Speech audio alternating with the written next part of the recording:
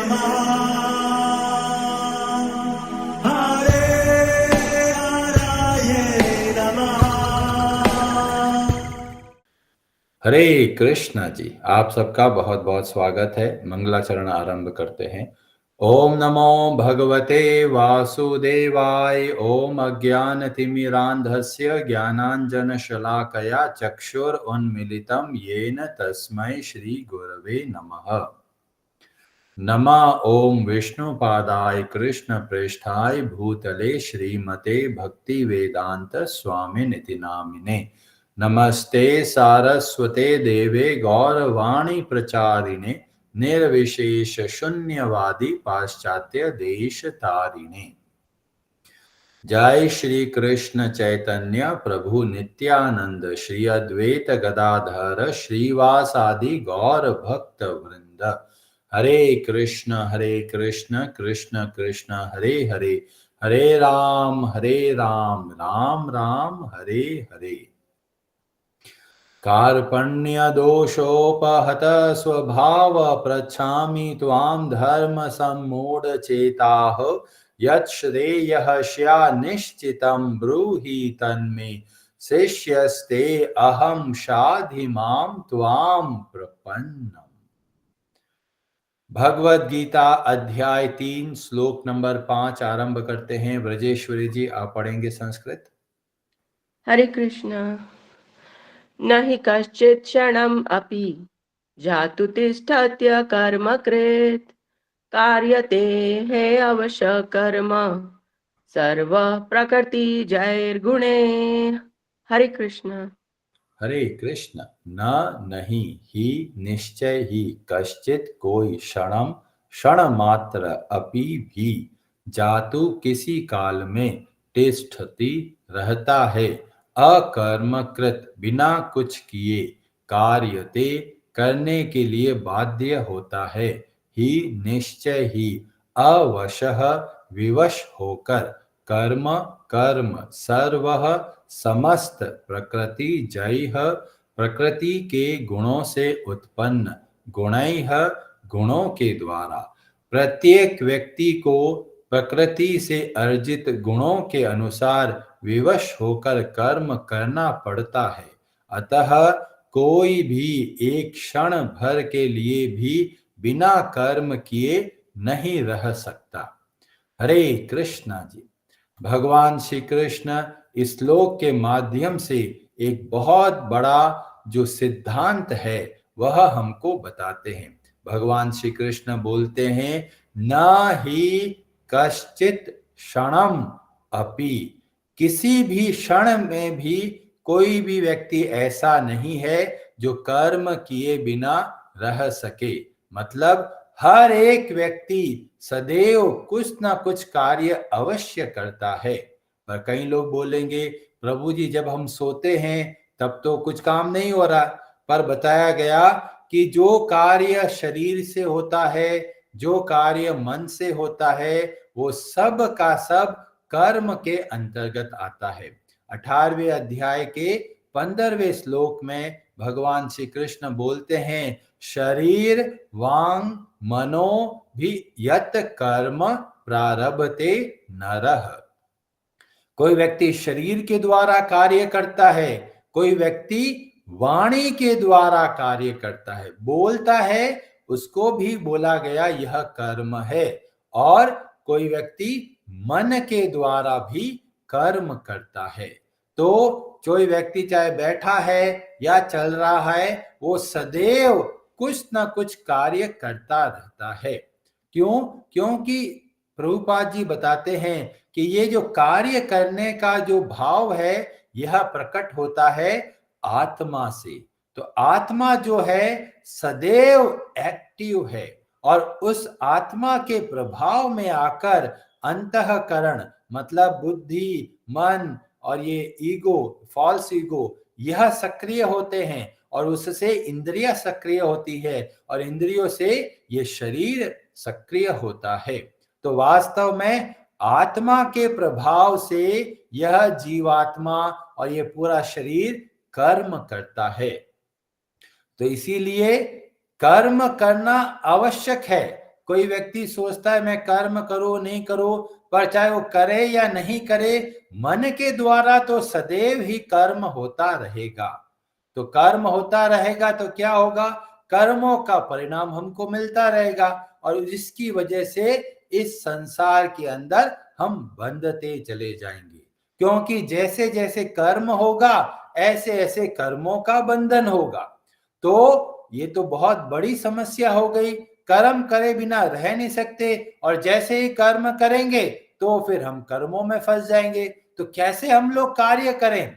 तो बोला गया योगः कर्मसु कौशलम।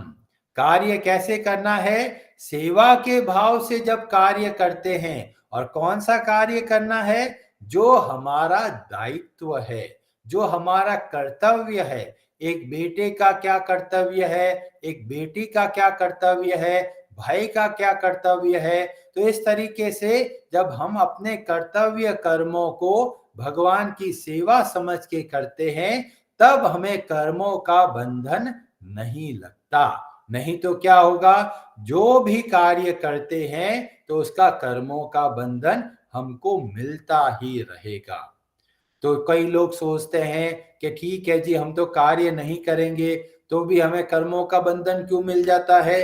क्यों इसीलिए मिलता है, क्योंकि जो मन है ये सदैव चंचल होने के कारण इधर उधर भागता रहता है। तो क्या करना है, हमको अपना दायित्व करना है, अच्छे से कर्तव्य कर्मों को अच्छे से बहुत बढ़िया तरीके से कार्य करना है, बिना किसी स्वार्थ के भाव के। कई लोग होते हैं कि भाई इलेक्शन का टाइम है तो सोचते हैं हम तो वोट ही नहीं देंगे, दोनों के दोनों करप्ट लीडर है। पर ऐसे समय में अगर हम वोट नहीं देंगे तो गलत लोग पावर में आ जाएंगे और वो हम सबका समाज का नुकसान करेंगे। इसीलिए अगर आपके एरिया में इलेक्शन होता है तो वहां पर आप सबको वोट देना बहुत जरूरी है, क्योंकि वोट के द्वारा आप सही लीडर का चयन करते हैं। पर जो लोग सोचते हैं जी हम तो किसी को वोट नहीं देंगे, तो ज्यादा नुकसान करते हैं। और इसीलिए कर्तव्य कर्म नहीं करना ये ज्यादा दुख देने वाला है। और इससे हमें पता चलता है श्रीमद् भागवतम में एक अद्भुत कथा, जिसमें वर्णन आता है ध्रुव महाराज के बारे में। यह कथा मिलती है भागवत के चौथे स्कंद के जो अध्याय 8 है, वहां पर वर्णन मिलता है। ध्रुव की सौतेली माँ होती है जिसका नाम होता है सुरुचि, और ध्रुव के पिता होते हैं जिसका नाम होता है उत्तानपाद। तो ये उत्तानपाद और सौतेली माँ सुरुचि दोनों बैठे हुए होते हैं, और पास में जो सुरुचि का बेटा होता है वह भी होता है। इतने में ही ध्रुव वहां पर आते हैं, और ध्रुव भी अपने पिता की गोद में बैठना चाहते हैं। तो सौतेली माँ बहुत बुरे शब्दों के द्वारा उसका अपमान करती है, और उससे ध्रुव को बहुत दुख होता है, बहुत पीड़ा होती है। और ऐसे समय में ध्रुव अपने पिता की ओर देखते हैं, और पिता उस वक्त क्या करते हैं, चुप रहते हैं। और यह चुप जो बैठे हैं, इससे ध्रुव को और भी ठेस लगती है। कई लोग बोलते हैं अरे जी चुप रहना चाहिए, हमको कुछ गलत हो रहा है तो कोई बात नहीं, होने दो। तो वो ज्यादा नुकसान करता है। ध्रुव के हृदय को बहुत पीड़ा मिली जब पिता चुप रहे। ऐसे ही हमें प्रेरणा मिलती है कि हमारे समाज में, परिवार में अगर कोई गलत कार्य होता है और अगर हम चुप रहते हैं, तो इसका मतलब हम उस गलत कार्य को बढ़ावा दे रहे हैं। और इसीलिए हम सबको चाहिए कि अगर हमारे आसपास और हमारे परिवार में अगर कुछ गलत कार्य होता है तो आवाज को उठाना है, प्रश्न करना है। चुप रहेंगे तो गलत कार्य और बढ़ता चला जाएगा। और इसीलिए पूरी भगवत गीता बोली गई। अर्जुन सोचे थे कोई बात नहीं, सहन करते हैं, करने दो उनको जो करना। ये जो कौरव लोग हैं, दुर्योधन है, जो करना चाहे करने दो, हम तो जंगल चले जाते हैं। पर भगवान बोलते हैं नहीं, जो दायित्व है उसको करना है।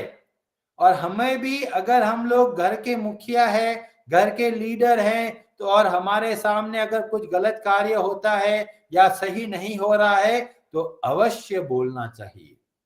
और अगर नहीं बोलते तो ज्यादा नुकसान होगा। और यह हमें बहुत प्रेरणा दी जाती है कि हमें जो अच्छा कार्य है उसको बढ़ावा देना है। और इसलिए हम सबको इस बारे में विचार करना चाहिए, क्या हम कोई ऐसा कार्य तो नहीं कर रहे जो चुप्पी का कार्य कर रहा है। तो इस तरीके से हमें अपने जीवन में बदलाव लेके आना है। जब जब आपको लगे ये गलत है, सही नहीं है, और साथ में आपको पता चलता है कि भाई मेरी तो क्षमता भी नहीं है, तो क्या करें? तो कम से कम आप भगवान से अवश्य प्रार्थना करें, क्योंकि वो तो ऐसी वस्तु है जो आप सदैव कर सकते हैं। कोई ऐसा कार्य होता है जिसमें आपका सामर्थ्य नहीं होता, पर आपको पता है कि वह गलत है, तो आप प्रार्थना कीजिए अपने स्तर पर, जितना हो सके उतना आप अवश्य कीजिए। प्रभुपाद जी बहुत बढ़िया तरीके से एक और श्लोक बताते हैं जिसमें बताया गया, त्यक्तवा स्वधर्मम चरण अम्बुजम हरेर भजनम। तो कोई व्यक्ति सोचता है वे सारे कर्तव्य कर्मों को छोड़कर मैं तो इस्कॉन में ब्रह्मचारी बन जाता हूं, तो क्या उनको पाप लगेगा? तो बोला गया नहीं। कोई भी व्यक्ति अपना सारा कर्तव्य कर्म छोड़कर अगर भगवान श्री हरि की भक्ति करना आरंभ करता है तो ये वास्तविक धर्म है। क्यों? क्योंकि भागवतम के प्रथम स्कंद के अध्याय 2 और श्लोक नंबर 6 में बताया गया, स वै पुंसाम परो धर्मो यतो भक्तिर अधोक्षजे। जब हम भगवान श्री हरि की भक्ति करते हैं तो हमारा ये सामाजिक दायित्व हमें नुकसान नहीं पहुंचाता। कई लोग सोचते हैं अरे ये तो इस्कॉन में ब्रह्मचारी बन गया है, माता पिता का ध्यान नहीं देता, इसको तो पाप लगेगा। पर नहीं, क्योंकि वो परम धर्म को निभाता है। हर व्यक्ति का, हर जीव का पहला और मुख्य धर्म है भगवान श्री हरि की भक्ति करना। ऐसा क्यों है? क्योंकि हम खुद भगवान के अंश हैं, और जब भगवान के अंश होने के कारण जो भगवान के प्रति जो सेवा का भाव है, ये हमारा प्रथम धर्म है। बाकी सारे धर्म उसके बाद में आते हैं। इसीलिए भागवतम जगह जगह पे बोलता है, अगर हम भगवान श्री हरि की भक्ति करते हैं तो हमें सामाजिक नियमों का पालन करे या ना करे उसमें दोष नहीं लगता, और अगर कुछ कमी रह जाती है तो भगवान उसको पूरा करते हैं। और इसलिए हम सब का पहला जो धर्म है वह है भगवान की भक्ति करना। और कई लोग बोलेंगे अरे प्रभु जी ये तो भगवान की भक्ति करते हैं, समाज में इनका क्या फायदा, क्या इनका कंट्रीब्यूशन है?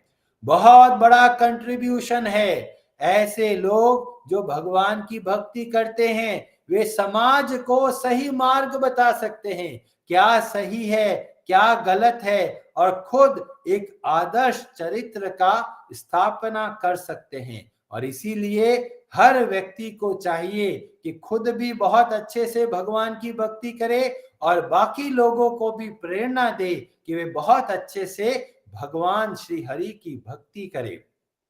अभी कई लोग बोलेंगे अरे भगवान की भक्ति करने से हमें फायदा क्या है? तो बोला गया सबसे बड़ा जो फायदा होता है वो हमारे मन के अंदर कृतज्ञता का भाव आता है कि हमें इतना कुछ मिला है। और जैसे ही कृतज्ञता का भाव आता है तुरंत हमारे हृदय के अंदर काम, क्रोध और लोभ जैसे शत्रु भाग जाते हैं। और हमारे समाज में सारे के सारे गलत कार्य कैसे होते हैं? या तो काम वासना की वजह से होते हैं, या फिर लोभ की वजह से होगा, या फिर क्रोध की वजह से होगा। तो हम सबके जीवन का बहुत बढ़िया तरीके से आगे बढ़ने का मार्ग बताते हैं जब हम भगवान की भक्ति करते हैं। कई लोग समझ नहीं पाते ये भक्ति होती क्या है। भक्ति का बहुत सरल शब्द है सेवा करना कृतज्ञता के भाव के साथ में। जब कृतज्ञता के साथ में सेवा का भाव आता है तो उसको बोलते हैं भक्ति। और ये हर एक व्यक्ति के लिए बहुत आवश्यक है। जैसे ही हम सेवा करते हैं हमारा हृदय संतुष्ट होता है, हम सदैव प्रसन्न रहने लग जाते हैं क्योंकि सेवा हमारा स्वभाव है। तो ऐसे जब बताया गया सेवा के द्वारा कृतज्ञता का भाव रख के हम सब समाज में कार्य करते हैं तो समाज को बहुत अच्छा बनाते हैं। हरे कृष्णा जी, आप सबका बहुत बहुत धन्यवाद। आप में से किसी का कोई प्रश्न हो तो आप अपना हाथ खड़ा कर सकते हैं। शिखा माता जी, आप कुछ कहना चाहते हैं? हरे कृष्णा प्रभु जी। हरे कृष्णा जी। प्रभु जी, कभी कभी समाज में या कहीं सराउंडिंग में ऐसे कुछ कार्य हो रहे होते हैं जो एक रिदम बन गए होते हैं। जब हमें वो कहा जाता है तो हमें कभी कभी समझ नहीं आता कि हमें इसके विरुद्ध बोलना चाहिए कि नहीं, क्योंकि बहुत जगह मैसेज आता है भक्त को जैसा प्राप्त है उसको वैसे ही आगे बढ़ना चाहिए, और हम देखते हैं वहाँ गलत हो रहा है और उसको बड़े आसपास इजीली ये बोला जा रहा है ऐसे ही चल रहा है और आपको ऐसे चलाना है। उस समय मन में बहुत कंफ्यूजन रहता है कि हमें क्या मार्ग फॉलो करना चाहिए।